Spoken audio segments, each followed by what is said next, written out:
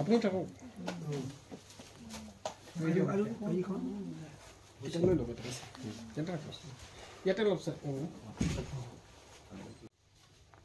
কৃষ্ণ মিলিচাৰৰ সম্পাদিত অমিয়া স্মৃতি আৰু কটন বিশ্ববিদ্যালয়ৰ সহকাৰী অধ্যাপক ডক্টৰ নীলাক্ষী মিলিমেদকৰ দ্বাৰা প্ৰখ্যাত সংস্কৃত কবি তথা বৈয়াকৰণ ভৰ্তৃহৰিৰ নীতি শতকম গ্ৰন্থৰ অনুবাদ তথা ব্যাখ্যা গ্ৰন্থ নীতি শতক 2024 উন্মোচন কৰিছে আমাৰ শ্ৰীযুতা মৃণালিনী দেৱী বাইদেউ আৰু শ্ৰদ্ধাৰ শ্ৰীযুত অৰুণ শৰ্মা ছাৰে। আমি দুয়োগৰাকী লেখক লেখিকালৈ অভিনন্দন জ্ঞাপন কৰিছোঁ। তেখেতসকলৰ সাহিত্য সৃষ্টিৰ অভিজ্ঞতা থাকক। উন্মোচক শ্ৰদ্ধাৰ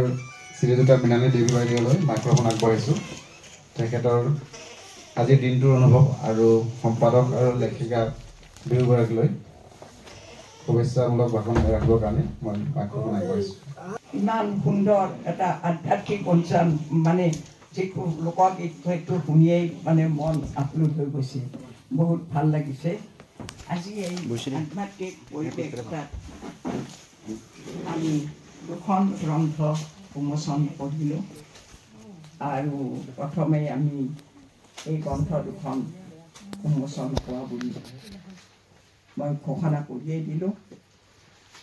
এই গ্ৰন্থ দুখনৰ আজি যিগৰাকী আজি কৃষ্ণৰাম মিলিৰ সহধৰ্মিনী এই নামত যি তেওঁৰ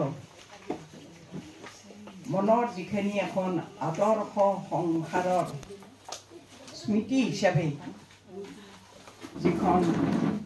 তেখেতৰ সহধৰ্মিনীৰ বিষয়ে লিপিবদ্ধ কৰিছে আৰু সেই গ্ৰন্থখন অমিয়া নামৰ গ্ৰন্থ আৰু লগতে নীতি শতকম বুলি এখন গ্ৰন্থ ডক্টৰ নীলাক্ষী মিলিয়ে ৰচনা কৰিছিলে আৰু সেইখনো আজি আমাৰ শিক্ষাবিদ শ্ৰীযুত অৰুণ চন্দ্ৰ শৰ্মাৰ হাতে উন্মোচন কৰা হ'ল। যিয়েই নহওক আজিৰ এই উন্মোচনী সভাৰ বিশিষ্ট অতিথিসকল বিশেষকৈ আজিৰ এই সভাত মিলি ডাঙৰীয়াৰ পৰিয়ালৰ সকলোখিনি পুৰুষ মহিলাই ইয়াত যোগদান কৰিছে। অতি আনন্দিত যে এটা পৰিয়ালৰ মানুহৰ লগত একেলগে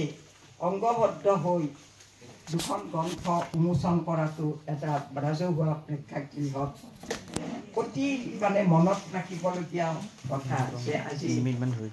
মিলি ডাঙৰীয়াৰ পৰিয়ালৰ গোটেইখিনি ব্যক্তি আজি ইয়াত এই প্ৰেক্ষাগৃহত অসম সাহিত্য সভাৰ প্ৰেক্ষাগৃহত আমি মিলিত হৈছোঁ। গতিকে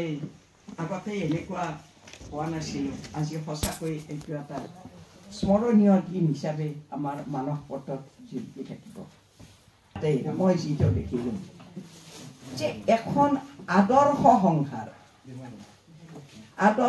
সংসাৰৰ যি তেওঁলোকৰ মানে স্বামী আৰু সহধৰ্মিনীৰ যি কথোপকথন সংসাৰ ধৰ্ম চলোৱাৰ ক্ষেত্ৰত সেইখিনি দেখি আমি ইমান আপ্লুত হৈছোঁ যে মোৰ বাৰে বাৰে মোৰ স্বামীলৈ মনত পৰিছে। কিয় মনত পৰিছে নাজানো যে তেখেতৰ যিখন আদৰ্শ সংসাৰৰ দুয়োৰো কথা বতৰাৰ ফলত ইজনে সিজনৰ মনৰ ভাৱ কেনেকৈ প্ৰকাশ কৰিছিল। স্বামীক নোসোধাকৈ সহধৰ্মিনী কোনো কাম কৰা নাছিল আৰু স্বামীয়ে যি কথা কৈছিলে সেই কথাৰ মধ্যে তেখেতে সংসাৰ ধৰ্ম পালন কৰি গৈছিল আৰু সেই কথাবিলাক তেখেতৰ জীৱন কালত গোটেইখিনি সফল হোৱা বুলি আমি ভাবিব পাৰোঁ। যেনে আমি অন্য বিষয়লৈ নাযাওঁ, আমাৰ যে আৰ্থিক বিষয়লৈ যাওঁ, টকা পইচাৰ বিষয়লৈ, যে টকা পইচা মানুহক লাগে, ধন সম্পত্তি মানুহক লাগে, কিন্তু ধন সম্পত্তিটো এনেকুৱা হ'ব নালাগে যে ধন সম্পত্তিৰ পাহাৰ হ'ব নালাগে। যিখিনি পাইছোঁ সীমিত আয় বা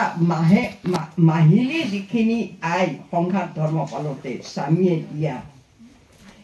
সেই স্বামীৰ ধনখিনিৰে টুক টাককৈ ঘৰ সংসাৰ কেনেকৈ চলাব পাৰি, এটা জীৱনত এটা সংসাৰৰ এটা জীৱন পৰিক্ৰমাৰ এটা আৰ্ট অলা, যে সীমিত টকাৰে যে মাহৰ মূৰত স্বামীয়ে অলপ পইচা আনি গৃহিণীৰ হাতত দিব, সহধৰ্মিনীৰ হাতত দিব, সেইখিনি টাক টুককৈ নিজৰ সংসাৰখন কেনেকৈ চলাব, সেয়া নিৰ্ভৰ কৰে প্ৰতিগৰাকী গৃহিণীৰ ওপৰত, অৰ্থাৎ সহধৰ্মিনীৰ ওপৰত। কাৰণ আগৰ দিনত দুগৰাকীয়ে চাকৰি কৰিব লাগিব বুলি কথা নাছিল। এখন ঘৰৰ এখন গৃহস্থজনে চাকৰি কৰিলে সেই গৃহস্থজনৰ চাকৰিৰ টকাকেইটা কেনেকৈ খৰচ কৰিব এখন বাজেট তৈয়াৰ কৰি, আমাৰ জীৱনত ফলা কথা কৈছোঁ, ইয়াৰ মাজতে আমি কোনদিনা কিমান টকা খৰচ কৰিম, কিমান পইচা খৰচ কৰিম, খোৱাত আমাৰ মাহটোত কিমান লাগে,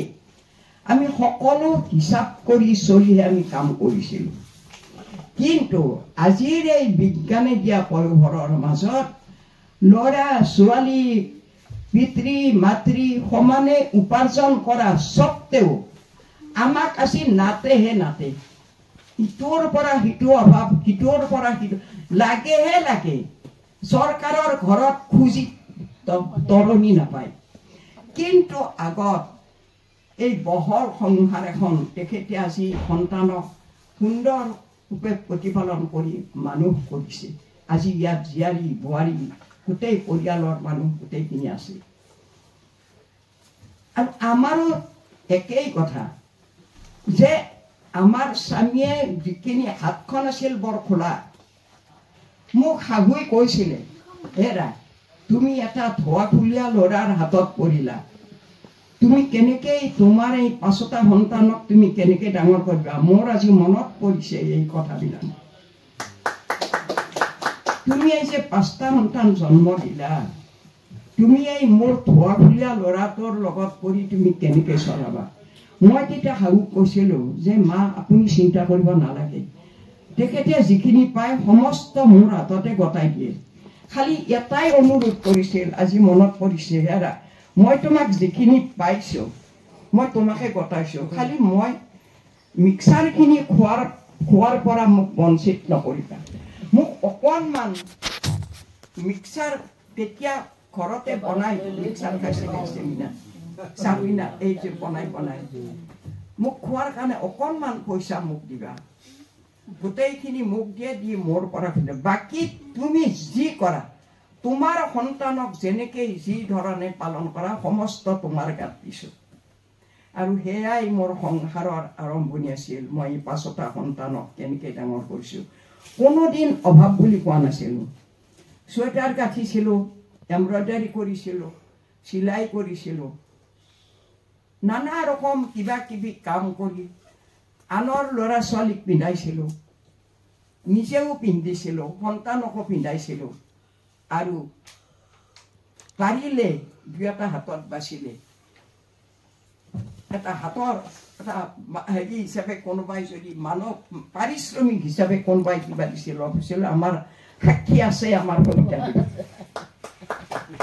এই ধৰণে কোনোদিন স্বামীৰ ওচৰত যে মোৰ এই পইচাৰে নাতে কোনোদিন কোৱা নাছিল কিন্তু সেই শিক্ষা যদি সৰুতে নাপালেহেঁতেন মাতৃৰ শিক্ষাৰে যদি সন্তান ডাঙৰ নহ'লহেঁতেন যদি মোকো সৰুৰে কৈছিলে যে মোৰ বোৱাৰীয়ে চাকৰি কৰিব ইতিমধ্যে মোৰ গৌৰী বিয়াৰ পিছতে তেখেত ঢুকাই থাকিল মোৰ শাহুৱে কয় যে বোৱাৰী ল'ৰালৈ বিয়া কৰালো বোৱাৰী থাকিল মাকৰ ঘৰত আজিলৈকে মোৰ লগত বোৱাৰী নাহিল তাৰপিছত শান্তি বিয়া হ'ল শান্তি বিয়া হৈ আহি ঘৰত আহিলোঁ আহি মোক ক'ত আৰু মাষ্টৰ তেওঁ স্কুল পাতিছিলে মোৰ সৰুৰে সেইখন স্কুলত মোক মাষ্টৰণী কৰাই দিব সেই আশা মনতে থাকিল সৰুৰ ঢুকাই গ'ল তাৰপিছত মই এদিন মই প্ৰৱাহিকা পাছ কৰাৰ পিছত পৰীক্ষা দি আহিয়েই মই আহি মোৰ শহুৰৰ ঘৰ পাইছিলোঁ আহি শাহুৱে ক'লে তুমি এতিয়া শহুৰৰ কথা মানিবা নে মোৰ কথা মানিবা যে শহুৰে যে তোমাক স্কুল পাতি দি কৈছে স্কুলত লাটিমা এতিয়া হাইস্কুল হৈছে মেডিকেলৰ ওচৰত নলবাৰীত এতিয়া চাকৰি কৰিবা নে মোৰ কথা শুনিবা মই তেতিয়া কৈছোঁ যে মা আপুনি চিন্তা কৰিব নালাগে আপুনি যেনেকৈ চলায় মোৰ দেৱৰ হত আছে নহয় দেৱৰ হতে আপুনিয়ে যেনেকৈ চলায় তেনেকৈ চলিম তাৰপিছত দেৱৰে মাত দি কৈছিলে যে আমাৰ এতিয়ালৈকে মানে মহিলাই চাকৰি কৰা পইচা আমাৰ ঘৰত অহা নাই আৰু কোনোদিন নাহিব আমাৰ ঘৰত গতিকে মহিলাই আমাক চাকৰি কৰি খুৱাব নোৱাৰে মোৰ দেউতাই যি শিকাই থৈ গৈছে তেওঁৰ পিতৃয়ে যি শিকাইছে এই যে গৌৰী বিয়াৰ প্ৰভাৱত যিটো মন্ত্ৰৰ প্ৰভাৱত যিটো শিকিছে সেই বস্তুমতে সংঘাত ধৰ্ম পালন কৰক এই কথা লৈ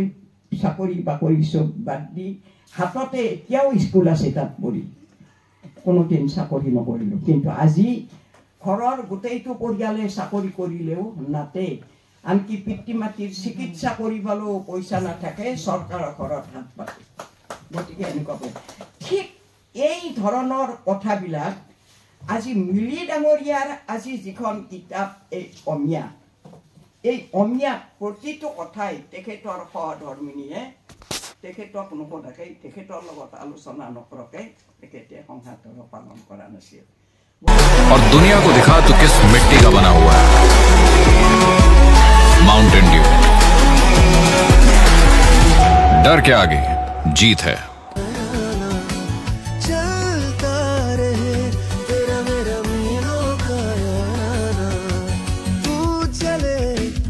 करोड़ों दिलों में करके घर स्प्लेंडर तय कर रहा है